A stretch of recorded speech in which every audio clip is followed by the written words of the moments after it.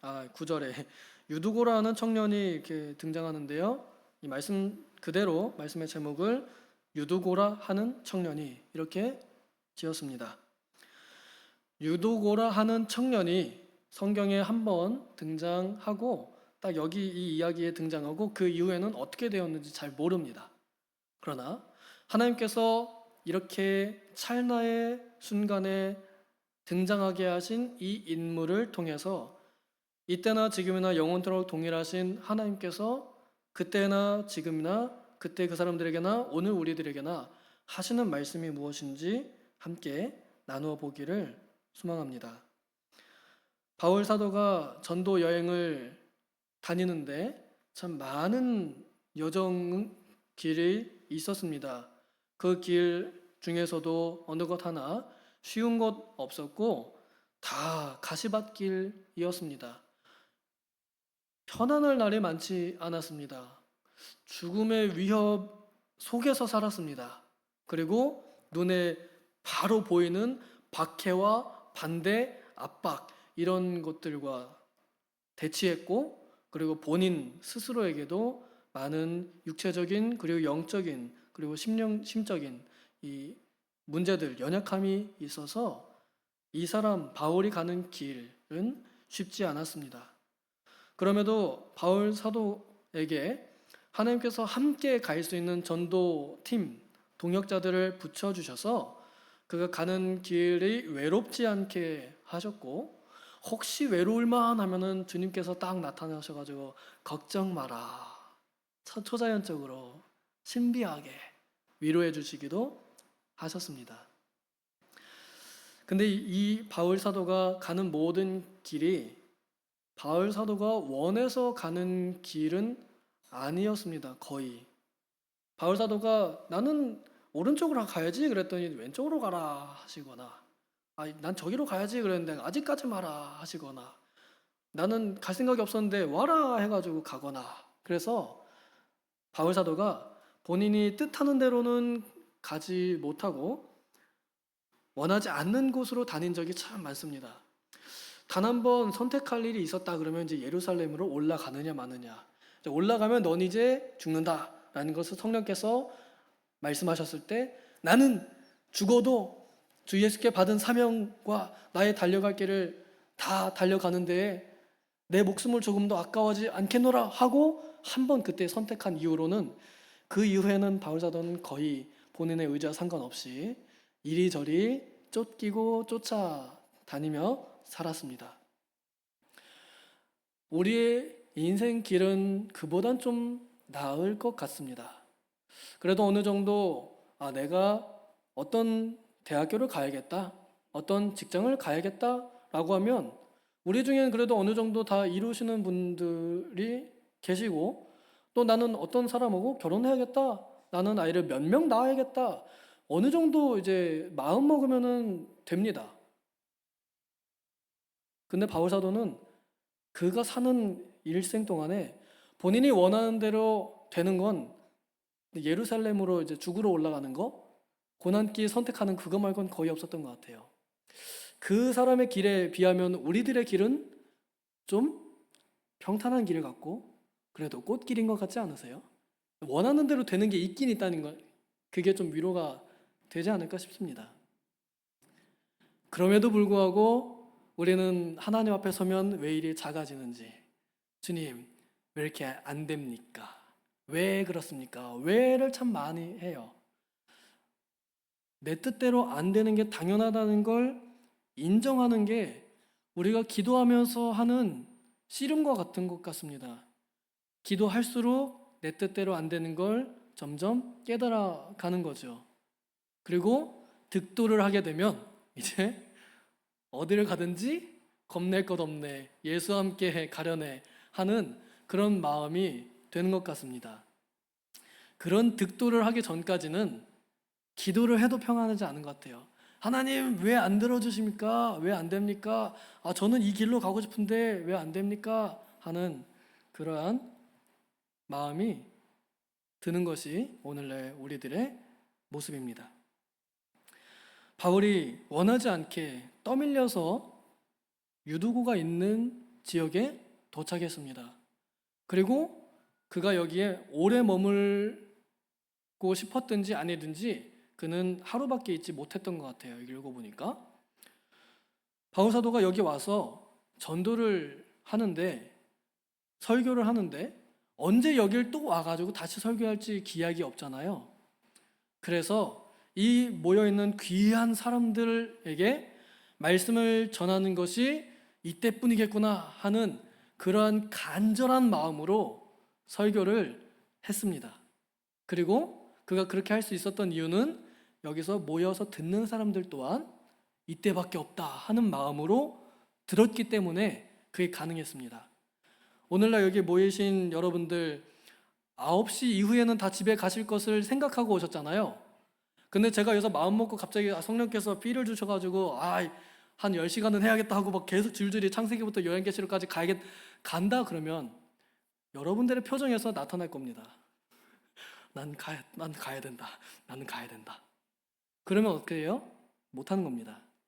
바울 사도가 할 수 있었던 건 그때 그 사람들의 표정에서, 듣는 사람들의 자세에서 조금이라도 더 머물러 주시기를, 조금 더 이야기해 주시기를, 조금 더 가르쳐 주시기를 하는 게 눈동자에서 보이고 태도에서 보였다는 겁니다. 그래서 대부분의 사람들은 졸지 않았습니다. 그리고 우리가 여기 읽었듯이 밤새도록 이야기를 했습니다. 밤새도록 하나님에 대한 이야기를 나누는 것이 얼마나 재밌고 즐거운지 그렇게 했습니다. 참으로 성도들의 만남과 성도들의 교제는 이렇게 즐겁습니다. 밤이 새도록, 날이 새도록 아무리 하나님의 은혜를 말하고 나누어도 모자라요. 바다를 먹물 삼고 하늘을 두루마리 삼아도 그 크신 은혜 다 기록 못할 만큼, 말로 다 형용 못할 만큼 크고 넓고 신비롭고 은혜롭고 즐겁습니다. 이러한 모임이 우리에게 있으면 좋겠습니다. 우리 안타까운 것은 주일에 오시면은 무슨 얘기들을 좀 자주 하시나요? 식사하시면서 자녀들 얘기 좀 하시나요?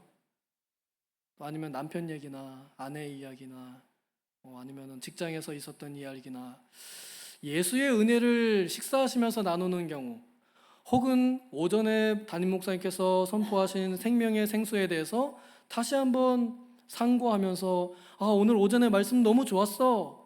이러이러한 내용들이 기억에 안 남아서 할 얘기가 없는 거겠지만 그런 은혜를 나누고자 하는, 나 이번 주 중에 이런 일이 있었는데 은혜였어 라고 나누는 그런 일들이 많지 않은 것 같습니다.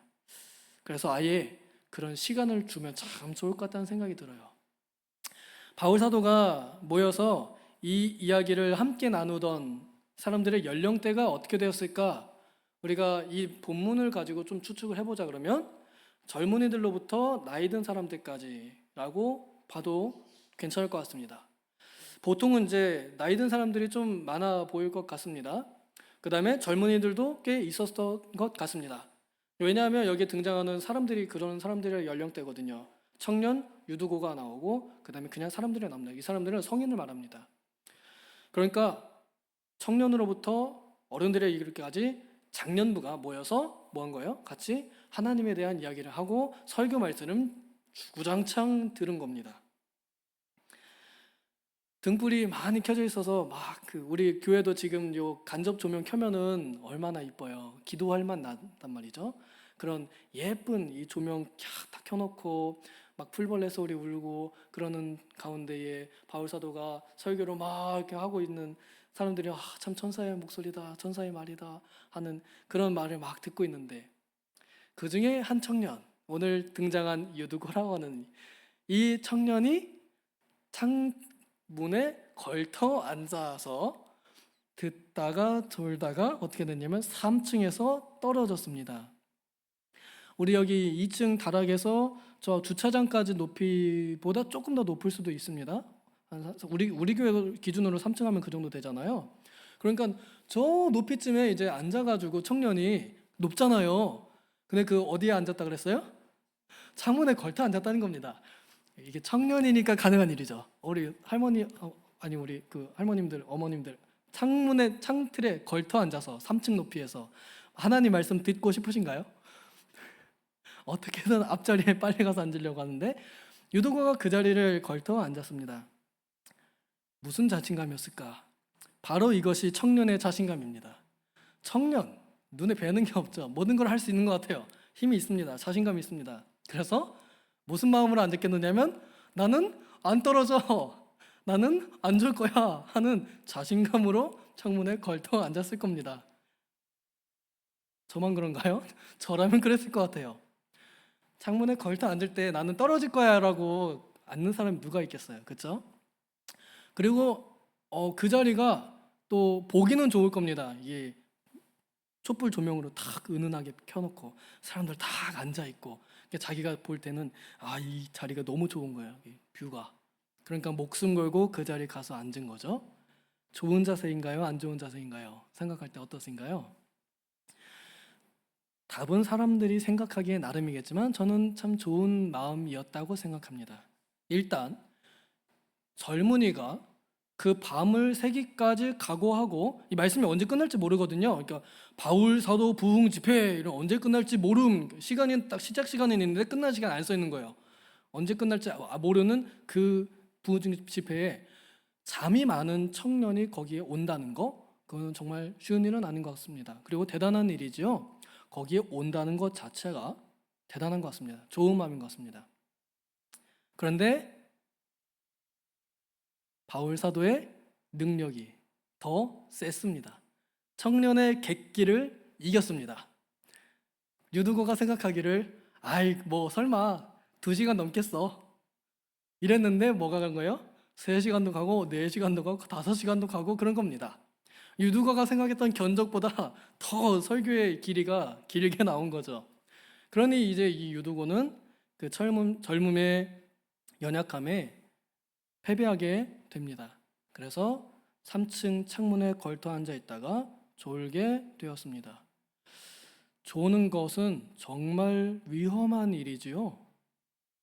운전하다가 졸아 보신 분이 혹시 계시다면 졸았다 깼을 때 그 상황이 얼마나 아찔한지 놀랍니다.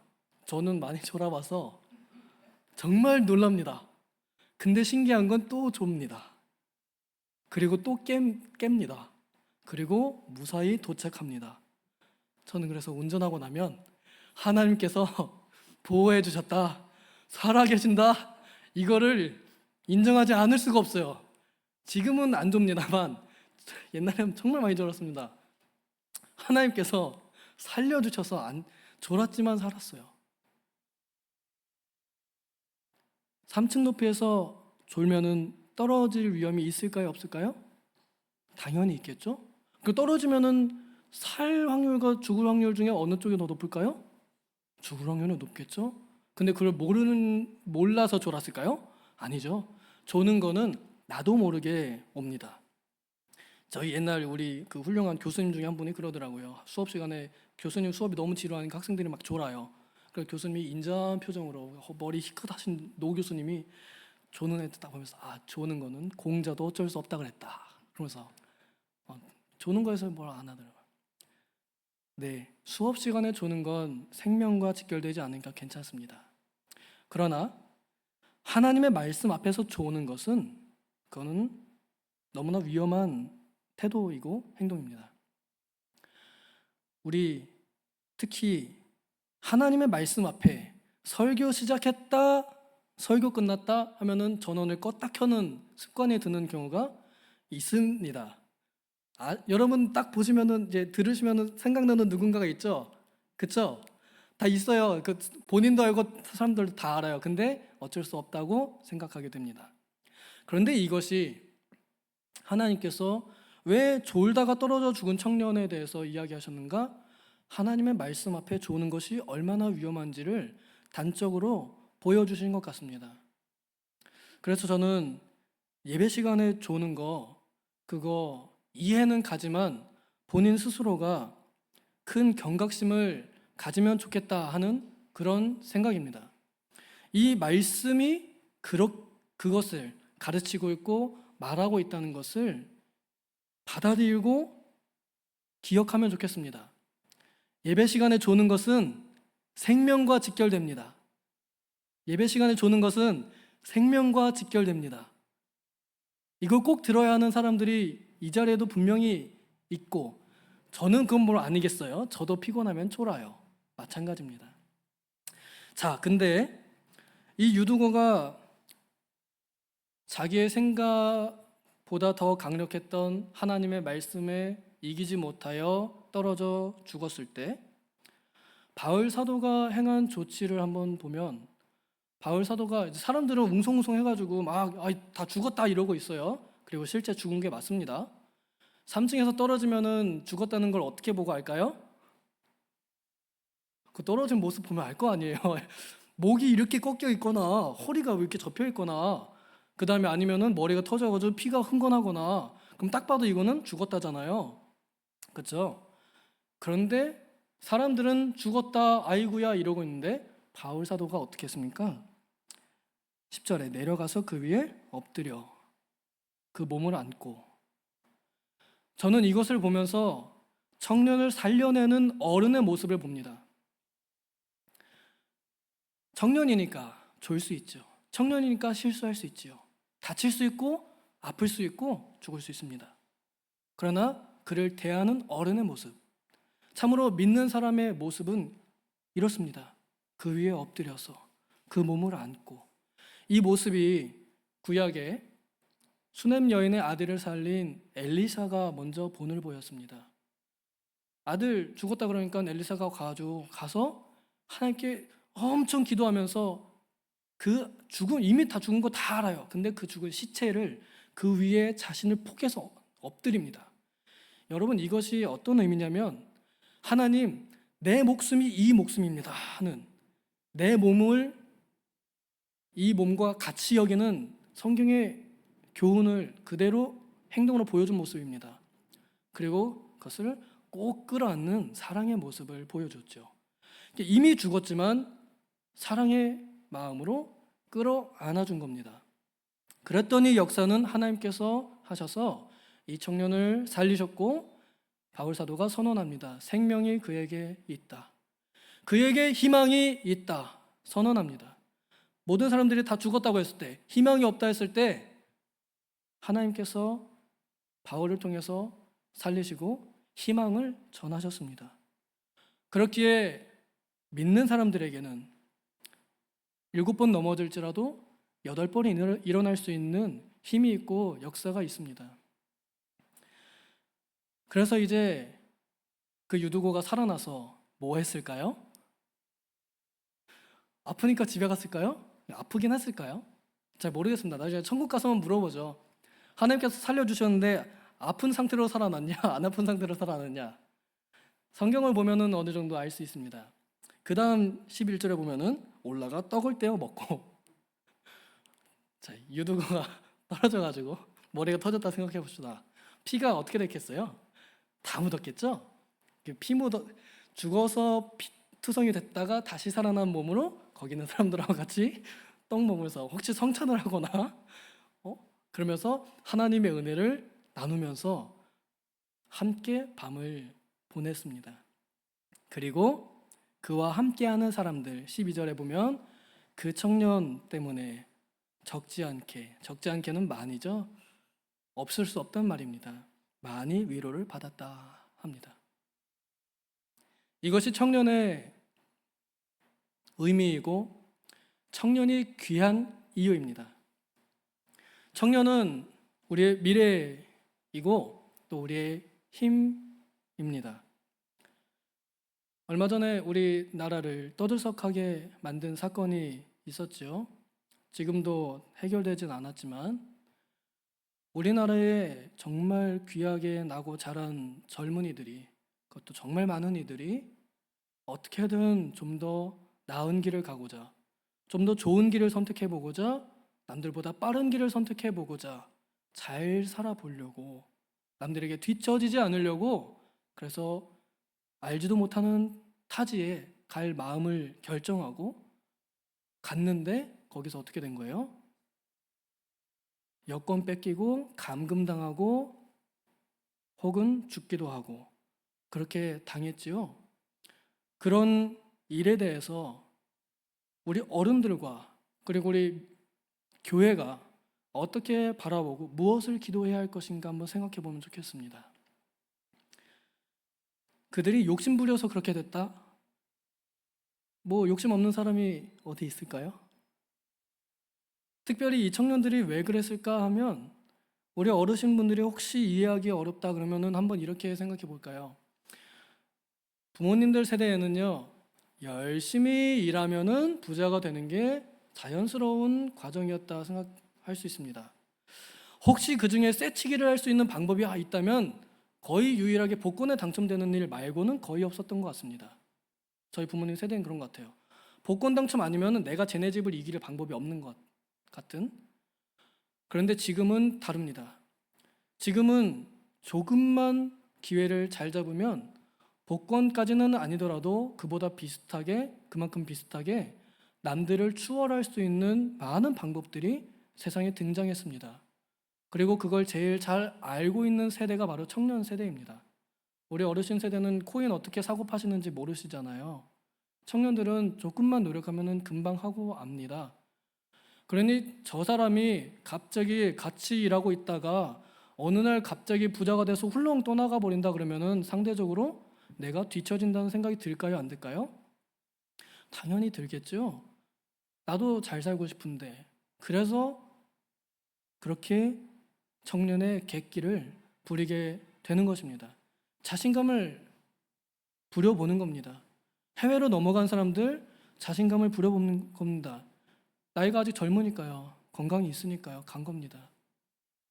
좀 잘 걸어보려고, 좀 잘 달려보려고, 좀 잘 뛰어넘어 보려고 그랬던 겁니다.